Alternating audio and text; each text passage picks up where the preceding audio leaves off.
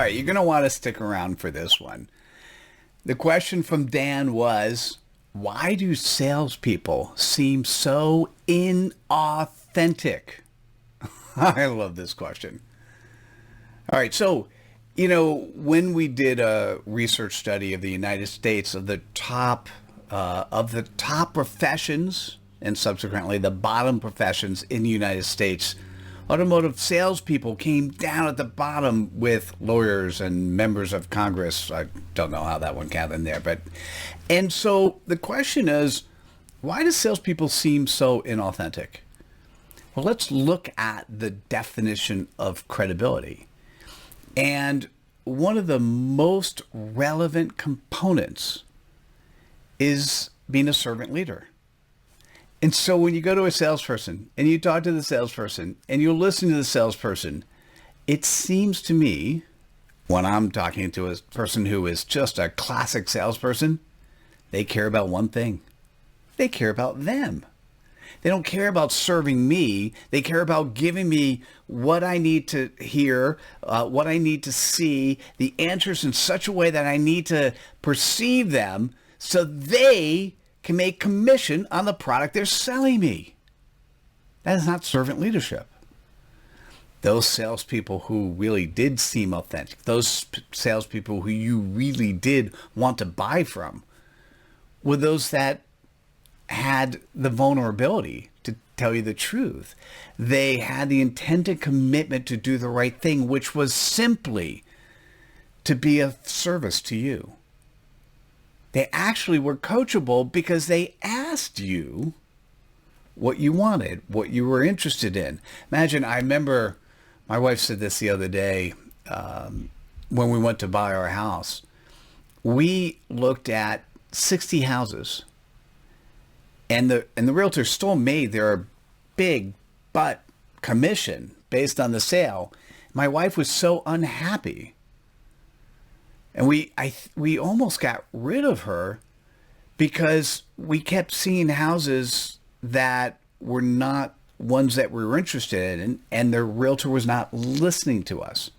Now, generally speaking, not a bad person. Nothing made us feel bad. The transaction went cleanly. But we actually went to all these different houses, and she was very clear on what she was looking for. The realtor was not coachable. The realtor cared about the transaction. The realtor did not. Now, maybe one could say that if it took 60, that she should have fired us. But the thing is, it came down to she wasn't really of service to us because she wasn't coachable enough or curious enough or inquisitive enough to save her time by giving us what we really needed versus what was on the marketplace, what came up in the MLS, in the multiple listing service, right? So why do salespeople seem so inauthentic? Well, let's walk through the 3 pillars. Do you trust them? Well, it's hard to trust somebody if you think their intent is to make money off of you versus helping you solve a problem. And when you solve the problem, you don't really care how much money they make. That's just bundled into the price.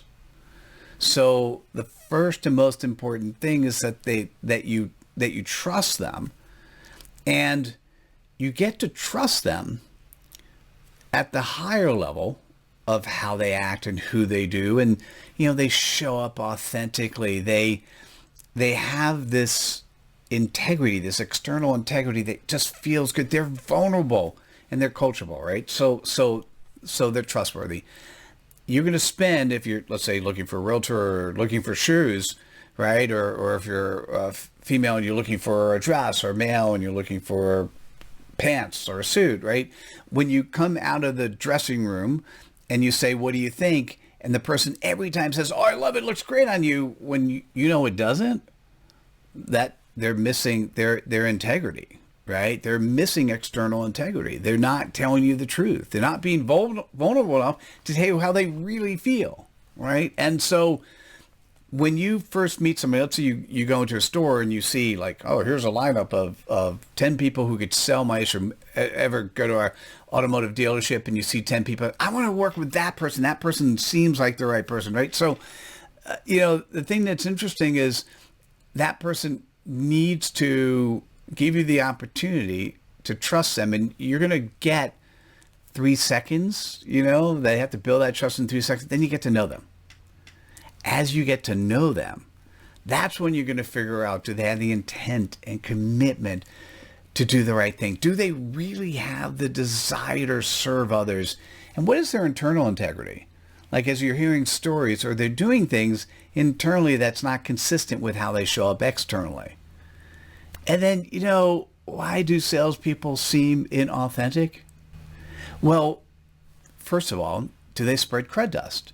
Do they talk about other people in the industry? Do they say good things? Are they bad-mouthing other people because they want you to stay with them, right? And do they show up? Do they show up and give you respect? Do they come early, come prepared, come with their heart, right? Because it's important that you not only trust somebody as a salesperson, but as you're getting to know them, it builds upon the trust, it builds upon the like.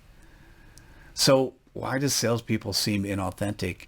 Simply because they've not figured out how, if they show up with them as themselves, they show up as a coachable human that is of service to others. And if them being of service to you will allow you to be better by either buying the product or service, if they show up of service and they know they're delivering value for you, they have the intent and commitment to help you be successful and to point you somewhere else if you can get a product or service better somewhere else. If they come that way, they will show up credible. If they don't come that way, they're going to show up inauthentic. All right, so in this episode, we talked about how and why salespeople show up inauthentically, and it comes to a simple fact. They care more about themselves than they care about serving you. So how do you fix that? Show up credible. Show up as a credible human, and you will come across authentically versus the other. Hey, thanks so much. Have a great week. We'll see you next week. Take care. Bye now.